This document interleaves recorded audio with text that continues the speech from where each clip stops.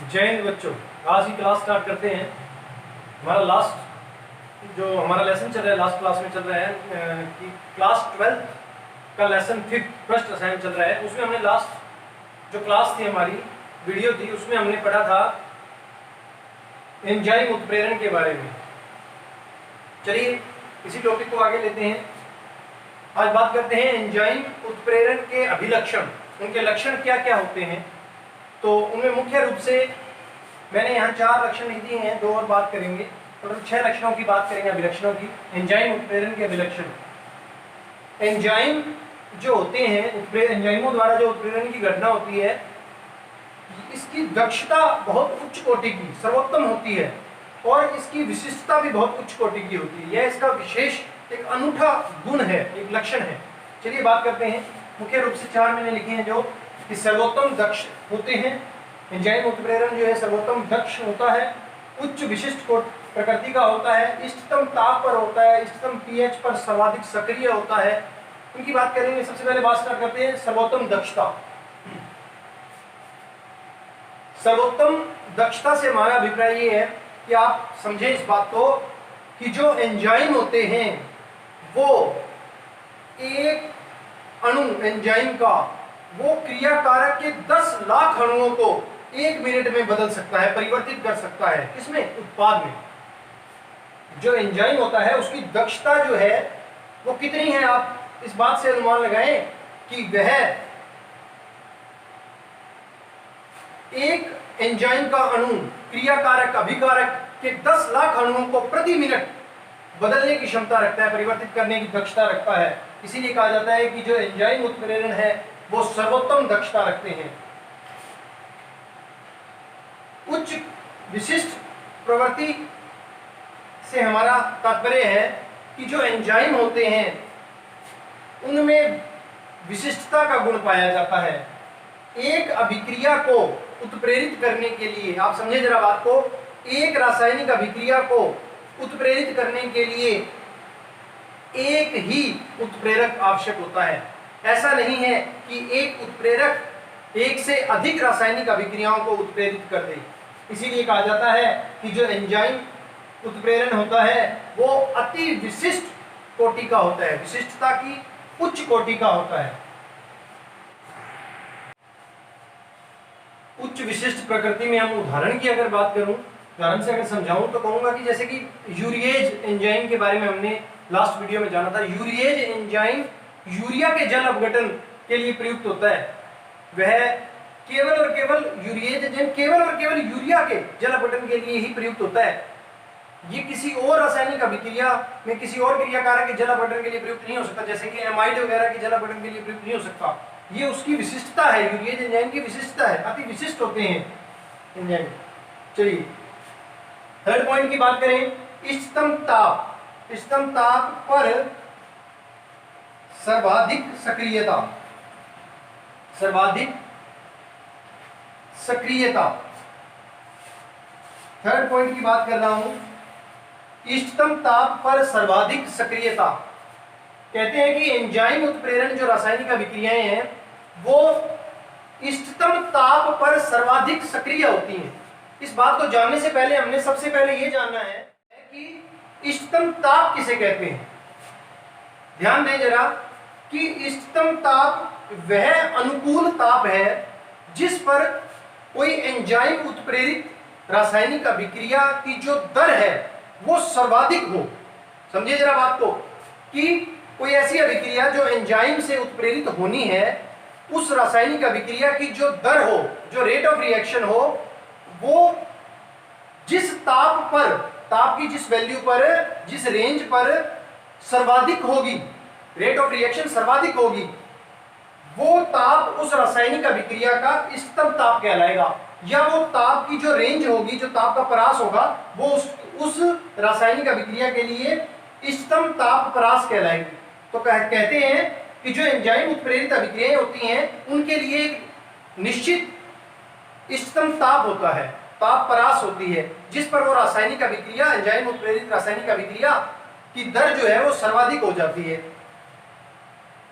यह जो परास है यह सामान्यतया 298 केल्विन से लेकर 310 केल्विन की परास हुआ करती है।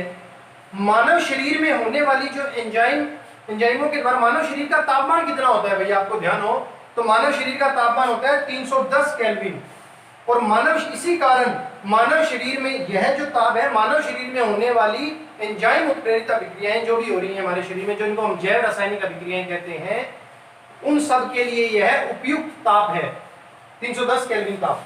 अब बात करें फोर्थ पॉइंट की, उसी तरह से इष्टतम पीएच पर सर्वाधिक सक्रिय होती हैं एंजाइम उत्प्रेरण रासायनिक अभिक्रियाएं।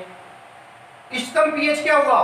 पीएच का वह मान जिस पर एंजाइम उत्प्रेरित रासायनिक अभिक्रियाओं की दर सर्वाधिक होती है, इष्टतम पीएच कहलाती है, या वो परास इष्टतम पीएच परास कहलाती है। इष्टतम पीएच परास हो या इष्टतम ताप परास हो, इनसे दोनों तरफ कम या ज्यादा पर रासायनिक अभिक्रिया की दर जो है वो कम हो जाती है। इष्टतम पीएच पर सर्वाधिक सक्रिय होते हैं एंजाइम उत्प्रेरण, और सामान्यतः इनकी इष्टतम पीएच होती है 5 से 7 की परास होती है। इन पर रासायनिक अभिक्रियाएं जो है, इस पीएच पर रासायनिक अभिक्रियाएं एंजाइम उत्प्रेरित सर्वाधिक दर दर्शाती हैं। फिफ्थ पॉइंट की बात करूं तो यहां लिख रहा हूं, एक बार इसे साफ कर देते हैं, यहां जगह कम है थोड़ी। फिफ्थ पॉइंट है सह एंजाइमों की उपस्थिति।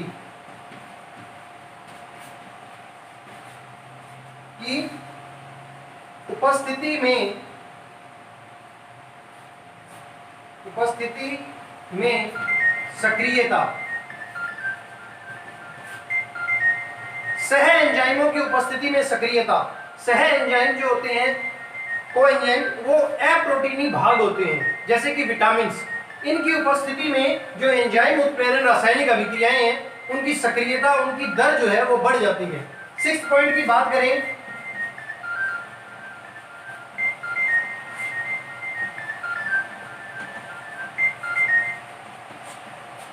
संदमक या विष का प्रभाव। एंजाइम उत्प्रेरित अभिक्रियाओं में संदमक या विष क्या करते हैं? उस एंजाइम की सक्रियता को कम कर देते हैं। वे पदार्थ जो एंजाइम की सक्रियता को कम कर देंगे, हम जानते हैं कि वो क्या कहलाएंगे? संदमक या विष कहलाएंगे। तो प्रेरक की सक्रियता को कम कर दें। इस बात को जरा समझें आप लोग कि ये अपना काम किस तरह से करते हैं, किस तरह से ये एंजाइम जो उत्प्रेरक है उसकी सक्रियता को कम कर देते हैं, उसकी एक्टिविटी को कम कर देते हैं। इस बात को समझे जरा कि जो एंजाइम होते हैं उनकी सतह पर जो सक्रिय स्थल होते हैं उन पर आकर ये संदमक जुड़ जाते हैं। एंजाइम, फिर से बोल रहा हूं कि एंजाइम की सतह पर जो सक्रिय स्थल होते हैं, जो एक्टिव प्लेस होते हैं, उन पर आकर संदमक जुड़ जाते हैं। संदमक आकर जुड़ गए, अब उस सतह पर क्रिया कारक आकर नहीं जुड़ पाएगा, ये आकर जुड़ गए, जिससे ये एंजाइम की सक्रियता को क्या कर देते हैं भाई? कम कर देते हैं। अब बात करते हैं एंजाइम उत्प्रेरण की क्रियाविधि की। बात करते हैं एंजाइम उत्प्रेरण की क्रियाविधि।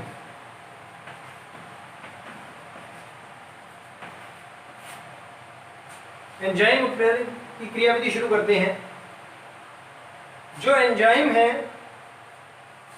उनकी सतह पर कोटर पाए जाते हैं। कोटर मीन्स कैविटीज पाई जाती हैं। ये एक तरह से सक्रिय स्थल होते हैं, सक्रिय समूह होते हैं, और ये जो एंजाइम की सतह पर जो कोटर पाए जाते हैं, जो कैविटीज पाई जाती हैं, इनकी जो आकृति होती है वो अभिलाक्षणिक होती है।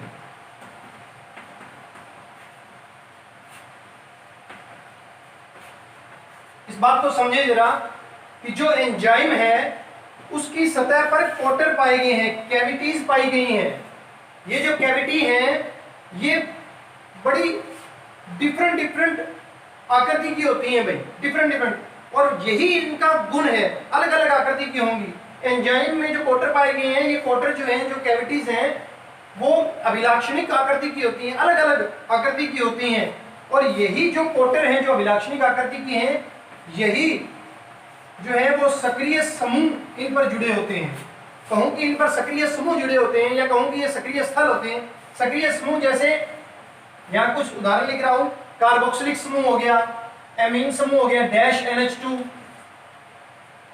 थायो हो गया, डैश OH समूह हो गया, ये सब सक्रिय समूह है। ये जुड़े होते हैं कहाँ जुड़े होते हैं? एंजाइम के जो कोटर हैं, जो कि एक अभिलाक्षणिक आकृति लिए हुए हैं, उन पर ये एक्टिव ग्रुप जो है, सक्रिय समूह, ये जुड़े होते हैं।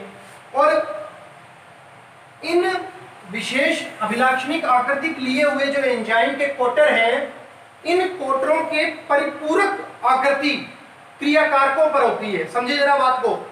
परिपूरक आकृति से क्या तात्पर्य है? ये परिपूरक आकृति किस पर होती है? कह रहा हूं कि क्रियाकारकों पर। और ये कोटरों की जो आकृति है, ये कहां है? एंजाइम की सतह पर। इसे हम डायग्राम से समझते हैं, जरा ध्यान दें।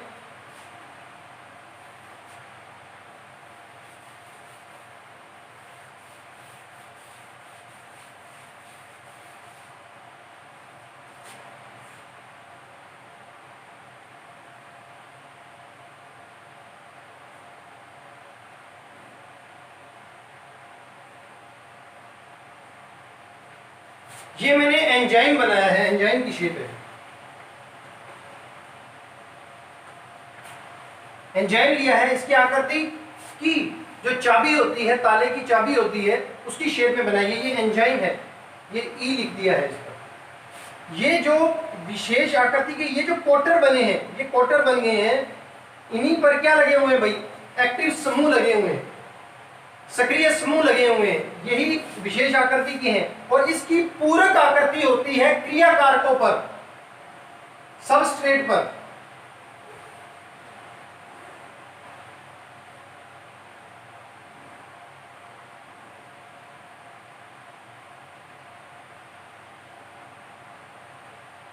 ये आप देखिए, ये क्रियाकारक है, सबस्ट्रेट। क्रियाकारक को क्या बोल देते हैं? सबस्ट्रेट। क्रियाकारक, या मैं कह सकता हूं अभिकारक। एंजाइम ये अभिकारक। समझे जरा बात को। एंजाइम उत्प्रेरण की क्रियाविधि की बात कर रहे हैं। एंजाइमों की सतह पर एक्टिव ग्रुप होते हैं, एक्टिव समूह होते हैं, जो विशेष आकृति के लिए हुए कोटर हैं। और इस कोटरों की परिपूरक आकृति आप देखें जरा, वो लिए होते हैं कौन? क्रियाकारक लिए होते हैं, सबस्ट्रेट लिए होते हैं। ये देखिए, ये इन पर बिल्कुल फिट आएंगे। जिस तरह से एक ताला जो है वो चाबी उसको खोलती है, बिल्कुल फिट आती है उसके कोटरों में, बिल्कुल वही थ्योरी है। ये आपस में जुड़कर एंजाइमों की सक्रिय सतह पर सक्रिय समूह पाए जाते हैं। इसीलिए ये क्रियाकारकों से जुड़कर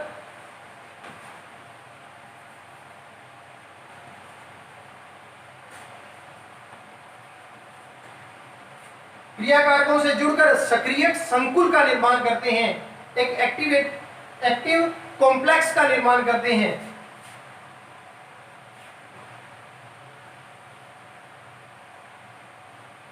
ध्यान दें जरा, हम लोग रफली डायग्राम बना रहे हैं। ये इस पर बिल्कुल इसकी शेप में बिल्कुल ये फिट हो गया है। ये एंजाइम था, ये सबस्ट्रेट था, परंतु अभी ये क्या बन गया है? एंजाइम सबस्ट्रेट संकुल। ये एक सक्रिय संकुल है, ये बन गया है। यह जो है ये आगे चलकर अलग अलग हो जाएगा। और ये देखिए जरा, सबका ध्यान बोर्ड पर रहे, ये एंजाइम और किस में बदल जाएगा? यहां P लिख रहा हूं, P मीन्स प्रोडक्ट, ये उत्पाद में बदल जाएगा। एंजाइम और उत्पाद क्या हो जाएंगे भाई? अलग अलग हो जाएंगे। ये क्रियाविधि है बेसिक एंजाइम उत्प्रेरण की क्रियाविधि। इस तरह से मैं बात करूं तो एंजाइम उत्प्रेरण की जो क्रियाविधि है वो मुख्य रूप से दो पदों में संपन्न होती है।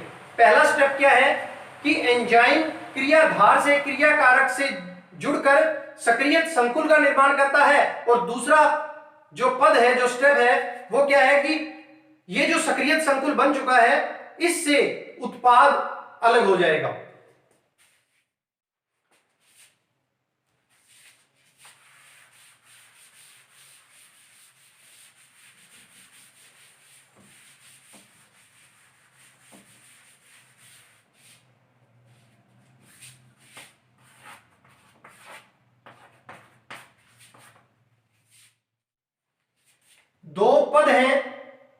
एंजाइम उत्प्रेरण क्रियाविधि के पहला पद क्या है कि उत्पाद बनने के लिए या बोलूं कि सक्रियत संकुल बनने के लिए एंजाइम और क्रियाकारक का जुड़ना, E plus S change into ES, ये बन गया है एंजाइम क्रियाधार संकुल, एंजाइम क्रियाधार संकुल। और सेकंड स्टेप क्या है, उत्पाद बनने के लिए, सेकंड स्टेप को हम लिख लें कि एंजाइम क्रियाधार संकुल से उत्पाद का बनने के लिए क्या होगा, ये एंजाइम सबस्ट्रेट जो संकुल है ये एंजाइम और प्रोडक्ट में अलग हो जाएगा। इन दो पदों में हमारी अभिक्रिया जो है वो संपन्न होती है। आज की क्लास यहीं पूरी होती है। कल की जो क्लास है उसमें हम कोलाइड्स क्या होते हैं उनके बारे में जानेंगे।